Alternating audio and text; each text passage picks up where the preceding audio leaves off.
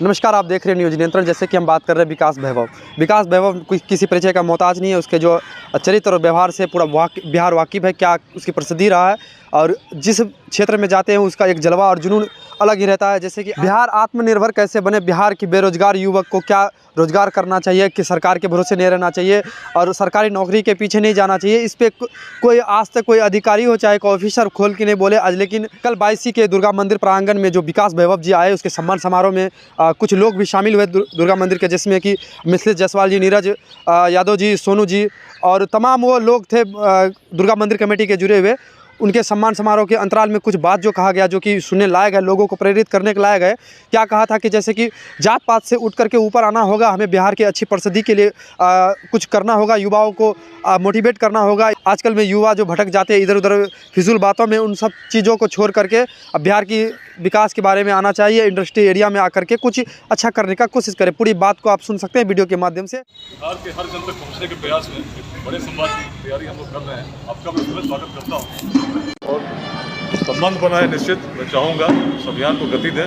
जाति संप्रदाय बंधनों से मुक्त होकर जब तक हम बिहार के लिए प्रयास नहीं करेंगे तो बिहार कौन बदलेगा।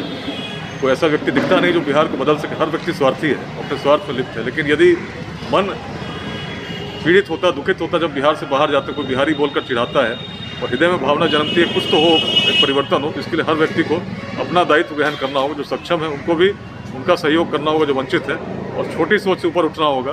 बिहार तब यदि अग्रणी था तो कारण हमारी सोच थी, दृष्टि थी। आज भी इसका सूत्र यही हो सकता है, इसके अतिरिक्त कुछ नहीं हो सकता। यही संदेश लेकर सभी को जोड़ने का प्रयास कर रहा हूँ कि समाज को नुकसान दुर्जनों के दुष्कृत्यों से उतना नहीं होता जितना सज्जनों की निष्क्रियता से होता है। अच्छे लोग जब जुड़ेंगे निश्चित बिहार में बड़ा परिवर्तन। सभी का पुनः आभार। सर छोटी सी सवाल रहेगा बड़ा, आपको देखकर युवा और यूथ कहीं ना कहीं उत्साहित होते हैं। क्या ऐसा आप पूरा बिहार में विकसित कर रखे हैं जो कि लोगों को प्रेरणादायक बन गए आप? नहीं, मैं अपने ही भूमि का संदेश का स्मरण कराता हूँ, बताता हूँ। बिहार महान था उस समय जब रोड नहीं थे, टेक्नोलॉजी नहीं थी, सूचना के तंत्र। तो कारण क्या था? कारण हमारी बड़ी सोच थी। यदि आप देखें तो बिहार में जातियाँ तब भी थीं, लेकिन जिस प्रकार के जातिवादी संघर्ष में आज हम उलझते हैं उससे हम परे हो चुके थे। तभी मगध में नंद वंश का उदय हुआ, सबसे निम्न वर्ग से आता था। आचार्य चाणक्य को भी देखिए तो चंद्रगुप्त की जाति नहीं देखते, केवल सामर्थ्य को देखते हैं और किस प्रकार एक बड़े सृजनकर्ता के रूप में उभरते हैं। वैशाली का स्मरण करते हैं तो पूरे उत्तर बिहार, जिसके उत्तर में हिमालय, दक्षिण में गंगा, पूर्व में कोसी और पश्चिम में नारायणी गंडक स्थापित थी। उस वज्जी महाजनपद के क्षेत्र में 7,707 गणराजा मिलकर चुनकर आते थे, जाति के आधार पर नहीं। लोग चुनकर भेजते थे और वैशाली के संथागार में ऐसे सभी 7,707 लोग मिलकर अपने गणाधिपति को प्रतिवर्ष चुनते थे। तो ऐसे सहयोग की भावना जिस समाज में थी बहुत आगे जा रही थी। लेकिन उसी समाज में जब उस प्रकार का बीज हम बोते हैं जो व्यक्ति को व्यक्ति से तोड़ता है और हम संघर्ष में उलझते हैं, तो ईश्वर ने जो असीम शक्ति दी है जिससे हम सृजन कर सकते हैं, उसको विध्वंस में लगाते हैं और कहीं ना स्वयं बढ़ते हैं, ना दूसरे को बढ़ने देते हैं। इस प्रवृत्ति से जब तक मुक्त नहीं होते और बिहार के लिए हर व्यक्ति निस्वार्थ भाव से कुछ योगदान करने का प्रयास नहीं करेगा तो एक बड़ी विपत्ति के रूप में संकट सामने खड़ा है। 9 करोड़ युवा हैं आज बिहार में और 2047 तक यदि हम चाहते हैं भारत विकसित राष्ट्र बने तो निश्चित है बिहार में इन सभी के लिए शिक्षा और उचित रोजगार की व्यवस्था बिहार में ही होनी चाहिए। और ये तभी संभव है जब पूरा समाज एक साथ जुटे और इसके लिए प्रयास करे। केवल कोई सरकार अगर प्रयास करेगी कुछ लाख लोगों को नौकरी दे सकती है, लेकिन जहाँ बात 9 करोड़ लोगों की है, सभी को सोचना होगा, जागना होगा, दृष्टि में परिवर्तन करके आगे 3 मंत्र हैं: शिक्षा, समता, उद्यमिता। यदि शिक्षा में ज्ञान के लिए हम शिक्षा पर ध्यान दें, जो व्यक्ति ज्ञानी होता है कभी बेरोजगार नहीं रहेगा, अपने स्किल का कहीं ना कहीं उपयोग अवश्य करेगा। तो ज्ञान अर्जन हर जिले में, हर प्रखंड में, हर पंचायत में किस प्रकार उसमें हम सहयोग कर सकें, इसमें अपनी भूमिका समझनी चाहिए।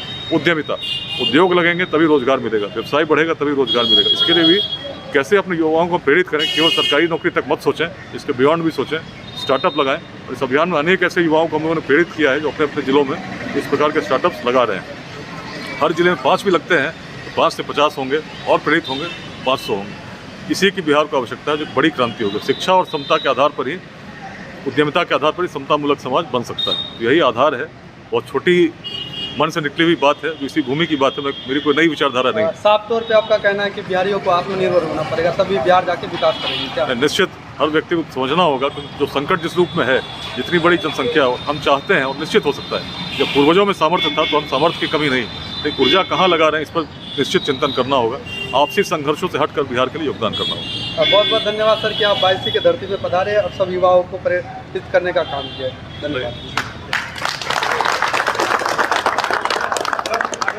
10 दिसंबर को बेगूसराय में जो है बृहत संवाद हो रहा है, नमस्ते बिहार।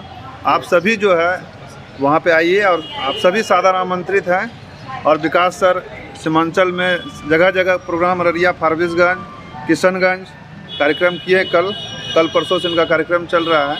तो आप सभी युवा 10 दिसंबर को बेगूसराय में GD कॉलेज। धन्यवाद।